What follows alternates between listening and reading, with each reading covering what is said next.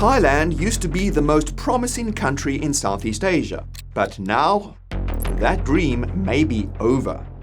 Thailand's tourism industry is taking a hit, households are drowning in consumer debt, factories are facing much tougher competition, the government isn't exactly welcoming the people it needs, and above all, Thailand's demographics are even worse than Japan's. But how did this happen? Thailand was so promising. Where did it all go wrong? Well, let's start from the good times that were rolling not so long ago. Starting in the mid-1980s, Thailand moved from a low-income country into an upper-middle-income economy with decades of progress in living standards, poverty reduction, and industrial development. For a long time, it looked like one of Asia's best development stories. Manufacturing was a huge part of that story. Thailand became known as the, quote, Detroit of Asia, with car plants east of Bangkok producing vehicles for export markets all over the world. And that was the Thailand people got used to. It was an open and practical economy. Tourism also became a major money spinner. Before the pandemic, Thailand received almost 40 million foreign visitors in a year. Some of the most beautiful beaches and one of the best food scenes in the world, as well as medical tourism, nightlife, retirement, winter escapes, all helped Thailand become the Southeast Asian country of choice for visitors from all over the world. But now, that old winning formula simply isn't producing the same results, and the Land of Smiles has even earned the unwelcome title of, quote, the sick man of Asia. In 2025, Thailand started flashing a warning sign you do not see in a booming economy: prices going backwards. Now, that might sound great, especially if you're dealing with serious inflationary pressure where you are, but deflation is just as, if not more, damaging to an economy. It essentially means the economy is contracting as both people and businesses keep cutting back. By January 2026, the headline inflation figure in Thailand had been negative for 10 straight months. Officials said it wasn't a full deflationary spiral because core inflation stayed positive. But there's no sugarcoating this. That's an economy losing heat. Now, April 2026 did bring some relief. CPI was up 2.89%, and Thailand's GDP surprised to the upside in Q1, up 2.8% year over year. But that looks more like a bump on a downtrend than a proper comeback. The big underlying issue there is a loss of productivity. Thailand still has factories, tourists, capital, but per output worker has slowed massively compared with earlier periods. Without higher productivity, middle-income countries get stuck before they break through to become a truly wealthy nation. So when we say Thailand is over, what we really mean is that the old Thailand is over. The problem that remains is that Thailand hasn't produced a viable alternative that can help it solve the serious issues that it faces. But before we dive into the details there, if you're interested in learning about big stories like these and you want to stay on top of the absolute madness that is the modern world, then you should sign up for the weekly Finance Bureau newsletter. It's absolutely free and we break down the key moves across markets, macro, politics, and more, so you don't miss what really matters. All you have to do is hit the link in the description or scan this QR code on your screen. Okay, let's get back to it. Now, Thailand's economy is technically growing, but it's growing so slowly that its problems are catching up with it. The IMF is currently projecting only 1.5% real GDP growth for Thailand in 2026. Now, that might be somewhat okay if you're talking about Germany or even the US, but not for a country that should be growing rapidly. Now, for context, that looks especially weak next to Thailand's neighbors. IMF data has Vietnam growing at 7%, Indonesia growing around 5%, Malaysia close to 5%, and Thailand near the bottom of the major Southeast Asian group. Now, don't get us wrong though, Thailand is still a formidable economy, but it finds itself firmly in the so-called middle-income trap. And that's when a country grows out of low-income status to reach middle-income levels, especially very rapidly, but then stalls and struggles to advance and become a high-income country. And in that story, household debt is one of the main issues. Thai household debt is currently around 87% of GDP, or roughly $500 billion, one of the highest levels in Asia. Debt like that changes behavior. As it happens, the Bank of Thailand warns that the household debt above 80% of GDP can impede long-term growth and create financial stability risks. People spend less, businesses cut back, banks lend less. So it's no wonder that Thailand was flirting with deflation only a year ago. Manufacturing is not giving Thailand an easy escape either. The country remains Southeast Asia's biggest auto production center, but car production fell to a 5-year low in April 2026, while auto exports dropped too. And because cars are such a big sector, this setup can cause a negative sort of loop. When households are highly indebted, banks become cautious. Car sales weaken, factories produce less, and industrial problems start feeding into the consumer side. And you can see signs of that in Thailand's factory closures. In a 1-year span between 2023 and 2024, nearly 2,000 Thai factories were closed down. Meanwhile, China's flood of low-cost goods has impacted countries across the world, and Thailand is no exception. Local manufacturers struggle when Beijing exports its overcapacity into markets that can't absorb it. The Thai government keeps trying to push back with stimulus. In 2025, the cabinet approved a 44 billion baht co-payment program, and that's about $1.4 billion, to boost consumption. There are debt relief programs as well, which are sensible enough, but when it comes down to it, those are more like cleanup tools as opposed to any sort of new growth engine. And Thailand also has a significant skill shortage. In late 2025, Thailand's Board of Investment announced funding to upskill at least 100,000 people in sectors like biotechnology, electronics, advanced agriculture, food processing, and medical devices. And that's good news, but it obviously takes years to bear fruit. The Thai government has even tried cash handouts to stimulate the economy. In 2024, $13.7 billion was distributed to citizens. By mid-2025, another $5.3 billion had been handed out before the scheme had stalled. And even then, officials admitted the boost to consumption was relatively weak. Undeterred, though, in May 2026, Thailand revisited that strategy and is set to try something similar.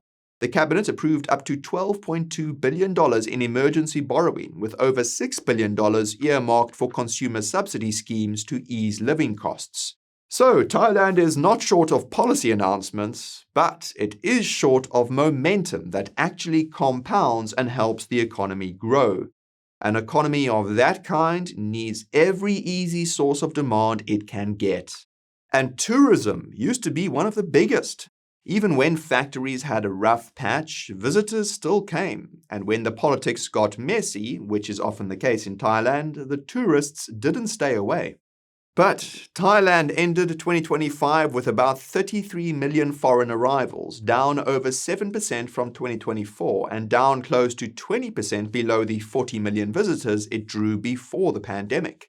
And the government has taken some interesting measures during this shift in trends. In May 2026, Thailand overhauled its visa-free entry program, with visitors from countries like India now requiring visa upon arrival to enter the country. These visa changes make it harder for tourists to visit Thailand and are likely to accelerate the slump the industry faces. And on top of those rule changes, there's also been a crackdown on visa runs. Thai authorities have implemented much tighter screening of repeated visa-exempt entries, and that may reduce the abuse of the 30-day tourist entries by people effectively living in Thailand on the wrong visa, but it will also hit the tourism industry and thus the economy as a whole. There is more nuance to it than that, though. China had long been Thailand's biggest single tourism market, but safety worries after the alleged kidnapping of a Chinese actor in January 2025 forced the Prime Minister to publicly reassure Chinese visitors that the country was still safe to visit. Nevertheless, tourists are now being repelled by both stricter entry rules and the perception that Thailand perhaps isn't as safe as it once was. Now, to be fair, the government is not tightening the rules for no reason. Southeast Asia has a huge online scam problem, and a Thai-backed international initiative estimated global losses from scam centers in the tens of billions of dollars. But still, the economic signal for the tourism industry is bad.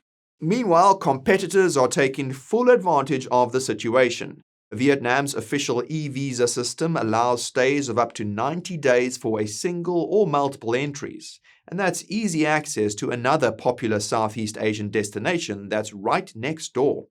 Countries like Malaysia are making a very direct effort to attract remote workers. They have a very straightforward nomad pass that lets foreign digital professionals stay and work longer in Malaysia with stays of up to 12 months.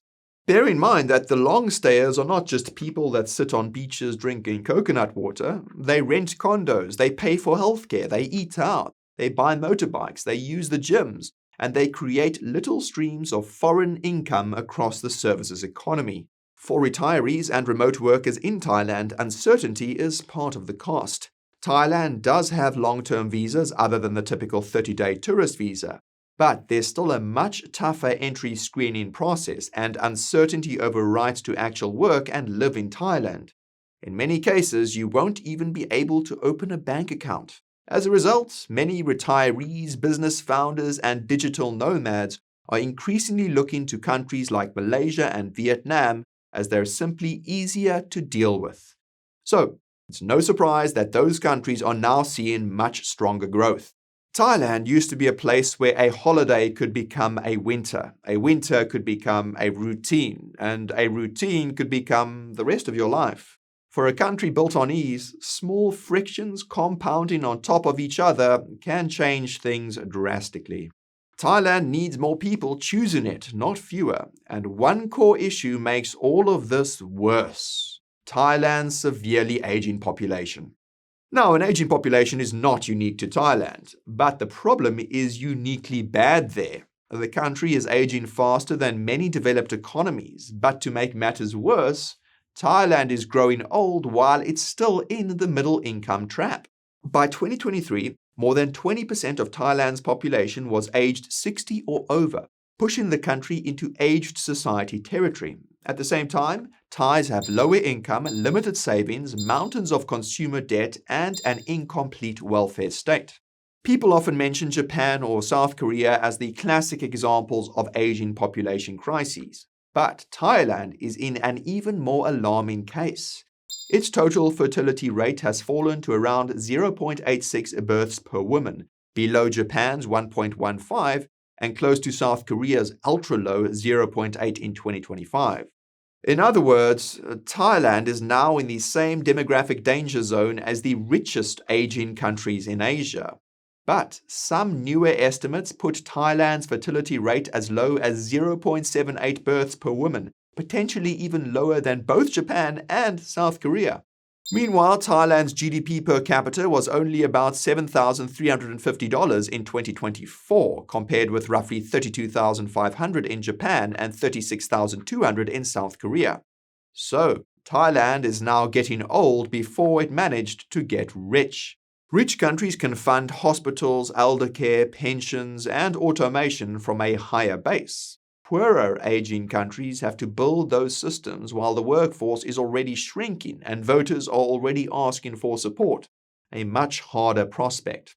In Thailand, the World Bank estimates that the working age share of the population will fall from 71% in 2020 to 56% in 2060, an alarming decline in the number of workers needed to keep the economy ticking over. Fewer young workers means fewer taxpayers, fewer first-time home buyers, fewer new parents, and fewer people taking out consumer loans. The debt problem from earlier becomes even more difficult to manage when the next generation is smaller in number. Meanwhile, Thailand's Social Security Fund supports healthcare, unemployment benefits, and pensions for 25 million workers, but estimates have the fund facing a deficit in the 2040s. One study found that 66% of Thai elderly people were ineligible for Social Security benefits because they had not paid in for enough years. Now, a partial answer would be more workers, higher participation, later retirement, and more skilled migration. but none of that is easy politically, especially in today's environment. Aging societies often end up asking younger workers to foot more of the bill. Factories can be built, interest rates can be cut, tourists can be marketed to, but a missing generation of workers is not something a government can summon out of thin air. So, as Thailand tries to sell investors, both foreign and domestic, on its future, the question is how broad that future is. Thailand has to lift wages, skills, tax revenue, and confidence, all while somehow addressing the aging population problem. The question then becomes, are there any signs that Thailand can turn things around? Well, the strongest case for the country is that, despite all of its issues, investors are still investing in parts of its future.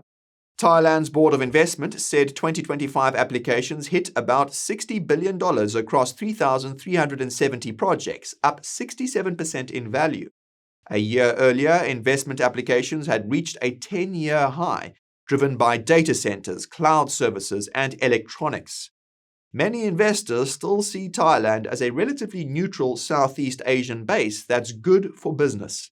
TikTok's investment follows a string of large data center and cloud service projects being established in Thailand by companies such as Amazon Web Services and Google. And then came an even bigger approval in May 2026. Thailand's investment board approved 6 projects worth $29 billion, led by a $25 billion TikTok-related data infrastructure expansion. Microsoft also plans to invest more than $1 billion in Thailand's cloud and AI infrastructure. As you've probably seen, these build-outs have been controversial in parts of developed Western economies. But for a country trying to move up the value chain, this is widely seen as a big win. It's not all doom and gloom in Thailand's auto industry either. Mazda announced a $150 million investment to produce electrified compact SUVs there, while Chinese EV firms have put serious money into local production. The old auto hub is trying to pivot to become an EV hub. And from a broader macroeconomic view, there's also some reason to be optimistic. In April 2026, credit rating agency Moody's changed Thailand's outlook from negative to stable. And that's some genuinely good news, a vote of confidence in the country's core fundamentals. But good headlines don't solve all the economy's problems. A data center investment looks good on the books, but it's also capital-heavy, power-hungry, and not always a huge long-term employer. The debate around the overall economic impact of these build-outs for ordinary people remains heated, to say the least. So, we can't say that some foreign direct investment, even a lot of it, means that Thailand is fine. Thailand still needs major reform if it wants a chance at overcoming the major issues that it faces. And to be fair, there are signs that officials are moving on this. Thailand is discussing broad reforms to cut business costs, scrap outdated regulations, and use technology to streamline bureaucracy. And this is hardly the first time measures such as these have been discussed, but the current energy crisis due to the war in the Gulf likely gives these issues greater urgency. But while clearing the path for server farms can raise investment totals, it won't fix Thailand's birth rates, pension coverage, or weak productivity. That's the gap that Thailand really needs to close. A stronger Thailand would make legal long stays easier, attract skilled migrants, clean up regulation, build more competitive domestic firms, and address the aging issue instead of having it as a social policy afterthought. Strictly speaking, Thailand is not over, but the Thailand that once was is certainly a thing of the past. A decent quarter for GDP and one wave of data center approvals can help, but they don't reverse the major issues that have developed over decades. And, as of right now, there's no comprehensive plan to address all these issues facing the land of smiles. Well, that's all we have time for today, but what do you think? Can Thailand overcome all of these challenges? Or is it destined to continue trailing behind other booming economies in Southeast Asia? Feel free to get highly opinionated in the comments down below.